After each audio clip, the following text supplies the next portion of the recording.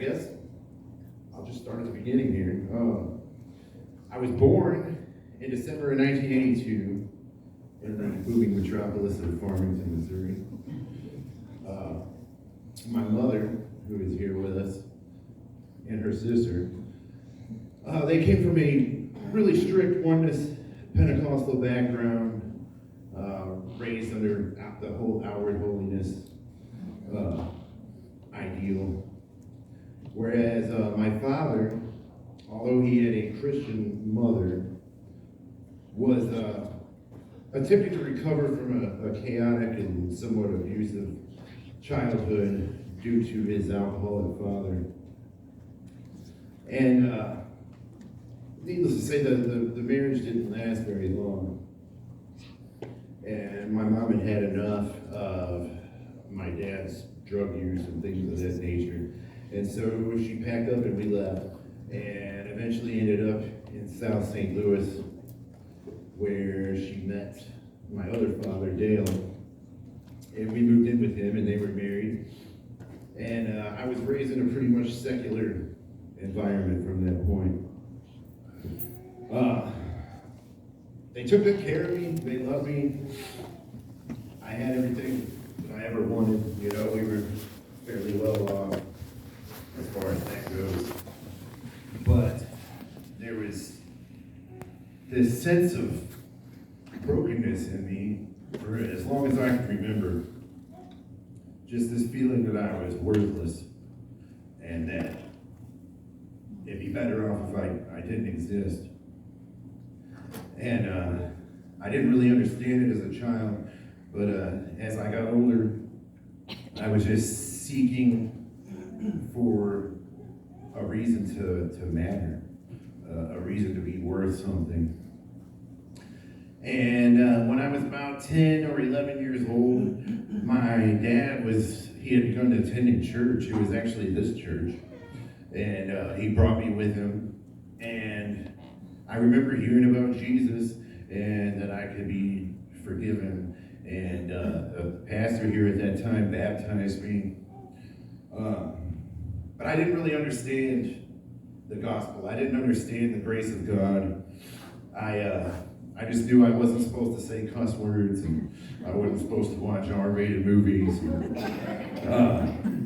all that kind of stuff. And so when I got back to school in St. Louis, all those old feelings were there, because there was no real relationship with the Lord, and I didn't understand that He loved me. I didn't understand what it was meant to be made in the image of God, or any of those kind of things, you know. And so those old feelings were there. And so I used to act out. I used humor to get people to like me. I was kind of the class clown. Always ended up getting stuck out in the hallway because the teacher got tired of me disrupting and things like that. I definitely didn't talk openly about Jesus to my peers. And within a few months, I had all but forgotten about the Lord. And I eventually got into drinking and smoking weed. And at age 13, I got suspended from school for a marijuana-related incident. And some people had recommended a 12-step program for teenagers that we had there in St. Louis. And I got involved in that. The school superintendent had said that I'd be allowed to come back to school if I went and got help. So I got involved in this program, and I was going to meetings. And I actually felt like I belonged somewhere for the first time. Like I had people there that liked me, and we fit in with one another. We were all a bunch of, it was like the island of misfit toys or something, you know? And the sobriety part of it didn't take, though. I quickly fell in with the people who were still doing wrong. And I ended up getting hooked up with people that were selling drugs, and I got into selling marijuana and things like that. And that again gave me a sense that I was somebody. I felt like people liked me. Is it working? I felt like people liked me and they wanted me around, and I had money to spend on alcohol and things like that. And by the time I was 16, I was drinking regularly. And at 17, my mother finally gave me an ultimatum. She was tired of all the nonsense. She was tired of the way I was living. And she told me that if I gave up my lifestyle, that she would allow me to stay there and maybe even help me go to college. But if I decided not to change, then I would need to leave. And so I chose the latter. And a friend of mine and myself, we got an apartment in South County. And it was completely insane. I went off the rails completely. We were selling LSD and cocaine and whatever else we could come across and just partying all the time. And I was completely absorbed with trying to please myself and do whatever I could that I thought would make me happy. But I was always empty. And there was always that worthlessness that crept back up at night when I was laying in bed. And so anyway, eventually I ended up on heroin. And for the first time I had something that made me not care about who I was or why I was, or I felt superhuman. And I pretty much sold my soul. I got into a life of crime and theft, and none of my old friends even trusted me anymore. My family didn't trust me anymore. And I ended up in a cycle of going to prison and getting out on parole and violating parole and going back to prison and getting out on parole and so on and so forth. And it was like a hamster wheel and I couldn't get off. A number of my friends and acquaintances died over the years from overdoses and other drug-related deaths. I had a friend that had robbed a drug dealer, and so they waited for him outside of his job and they shot him as he was walking to his car. My father ultimately passed away as a result of addiction. But none of it could shake me. I just kept going. But I had a grandmother that didn't give up praying for me. And she would write me letters in prison, and she would let me know that Jesus loved me and that he had a plan for my life if I would only just surrender and let him lead me. Yeah. But I wasn't ready for all that. And at this point, I had even begun to believe that maybe Jesus wasn't even real. You know, maybe he was just a good man or a good teacher. But certainly he wasn't God. Because if he was, then he would have stopped my life from going in this direction. Or so I thought. So I ended up one night getting arrested again for possession of heroin, and I ended up in a prison cell in Bonne Terre. And I had a cellmate there. And he was just like me. Only one night he went to a chapel service, and when he came back, something was different. He told me that he had given his life to Jesus. And I just thought, whatever. You see lots of jailhouse religion and, people talk a good talk, but there was something honestly different about this guy. He quit smoking. He would sit and he would study his Bible. He would pray, knelt down over his locker, and then he would begin to pray for me. Sorry. So I started going with him to these chapel services, and I started reading the Bible, and I started to understand the gospel. I started to understand that there's no way I could measure up, but that God knew that. That was the whole reason that Jesus came, was to bridge the gap between us and the Father, because it was a chasm too wide for us to ever even consider getting across. So the seed was being planted. So Christmas Eve of 2012, I got out on parole. And I moved in with a friend of mine, that he was running from was a methamphetamine cook. And so I went right back into the old mess, and I was out for about 30 days, and I ended up in a police pursuit with the St. Louis County Police, and they caught me, and I had a gun, and I got locked up for possession of this gun, and I was sitting in a jail cell in Clayton, Missouri, and I called out to God, and I told him that I was done. I told him that I was ready to leave the dope alone if he would just help me. I wanted to be a grown-up, and I was tired of giving my life to the streets and to the prison system, and I asked him to just please help me. So I went to the Moberly Correctional Center, and I did 1 year there for this gun, and things were different. I wasn't planning my homecoming or any of the things that I used to do. I was looking forward to getting out and being a normal citizen. When I got out, my mom helped me to get into a 12-step recovery house, and I regularly saw a substance abuse counselor there. I met a wonderful woman who ended up being my wife. Her name's Summer.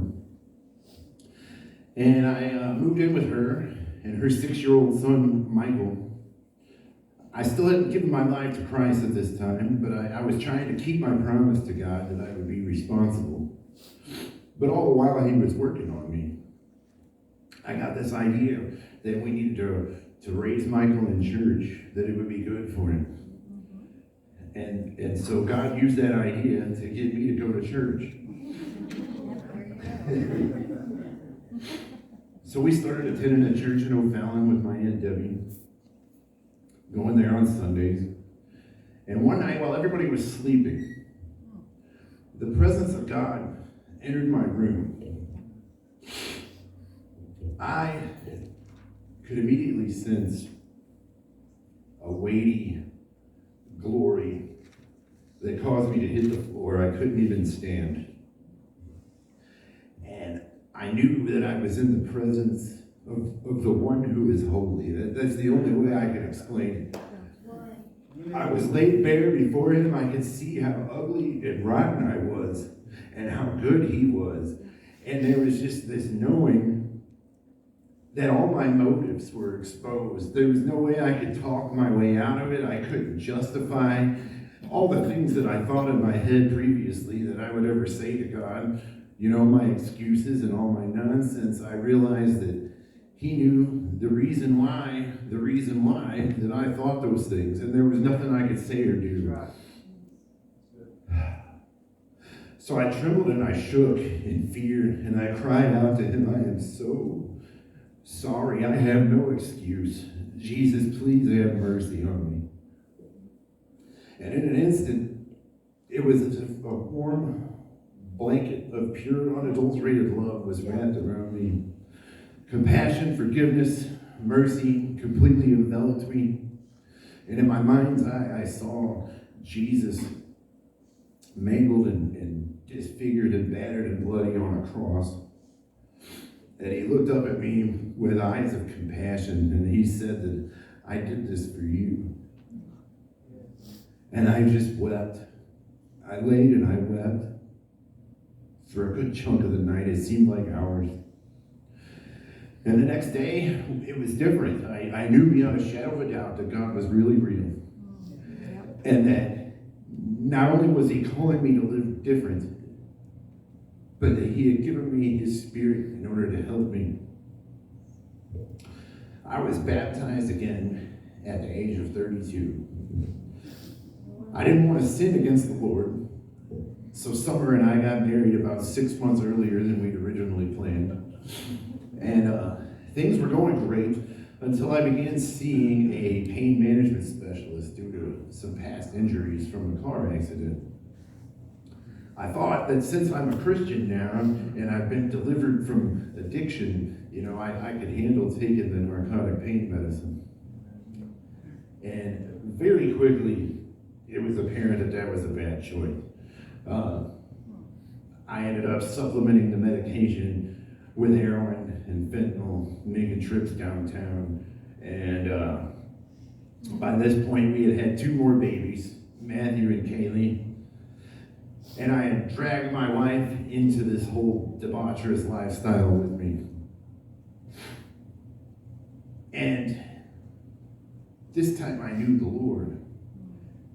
So I didn't even enjoy the drugs. I knew I was outside of God's will, and I knew that I needed to let this go, but I was in bondage. And the devil had used that. He had used my failure to make me think that I was never going to get out of this lifestyle. That I had gone too far, and God had gave me a chance, and I spit in his face. But it wasn't true. I still came to church, and I would pray, and I would ask God for deliverance. Just please break these chains, deliver me from this situation, and I won't look back. And he answered my prayer, just not in the way that I expected. We had lost our home. We were living in a motel. And I was facing a pending charge in St. Charles for possession. The prosecutor was seeking 10 years because of my record. He wasn't trying to give me any break. And I was praying one night before court, and I heard the Lord say in my heart, Teen Challenge. And so we approached my attorney with this idea, and he approached the prosecutor and the judge, and as if by some miracle, they weren't so dead set on sending me to prison anymore. They told me, if you will go to Teen Challenge and you will graduate from this program, then we will give you a chance. So the day before I was supposed to go, I had got a hold of some fentanyl, and Summer and I both overdosed. Luckily, there was somebody that came and found us and was able to call 911, and we survived. But DFS took our children into custody. I didn't know it at the time, but this was part of God's answer to my prayer. See, not only was I able to go to Teen Challenge and get well and mend my relationship with him, but my wife was now in a position to go to treatment, and the children ended up in good hands. They ultimately ended up with some friends of ours from church who are here now. Thank you, guys. And God brought me back. We did a study on the book of Ephesians, and I began to read about how we are seated at the right hand of the Father with Christ in the heavenly realms, and that he has adopted us. He predestined us for adoption as sons, and that we're his beloved. And then I remembered that there is no condemnation for those who are in Christ Jesus. And the thing that made this really click was when someone told me at Teen Challenge, they said, you're placing too high of an opinion on your thoughts about yourself and not a high enough opinion on what God says. Yeah. Amen. And it was like something just clicked. And I realized that I don't have to live the way that I've been living. I don't need to keep myself in a hole, because God has called me to greater things. And he will answer prayers. Today I have nearly 4 years sober.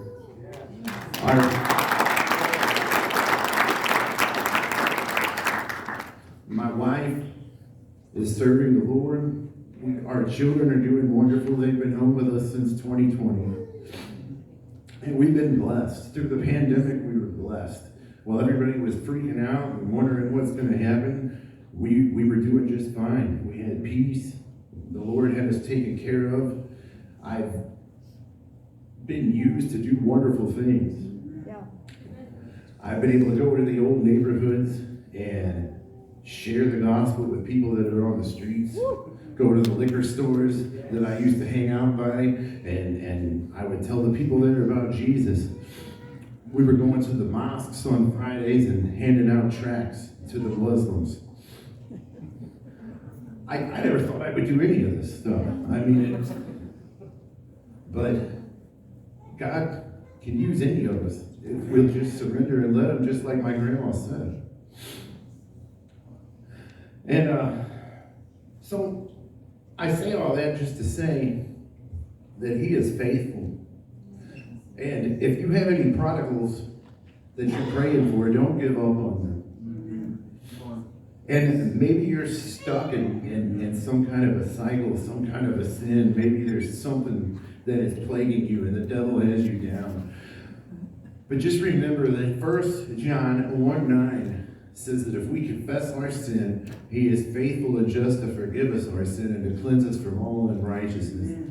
And that's what he did for me. Like, I was going through this relapse, and I kept confessing my sin to him. And I asked him to cleanse me. And he did it. It was hard. It was hard to go through. But he did it. And I can look back and I can see his hand in everything. I know that he has had me taken care of. And that there was no reason for me to ever fear or to have anxiety, because God is on the throne and he is in control. So keep praying for your prodigals. And whatever burdens you have, just give it to the Lord. He's faithful and he'll never leave you or forsake you. And that's really all I got, guys. I appreciate you letting me share.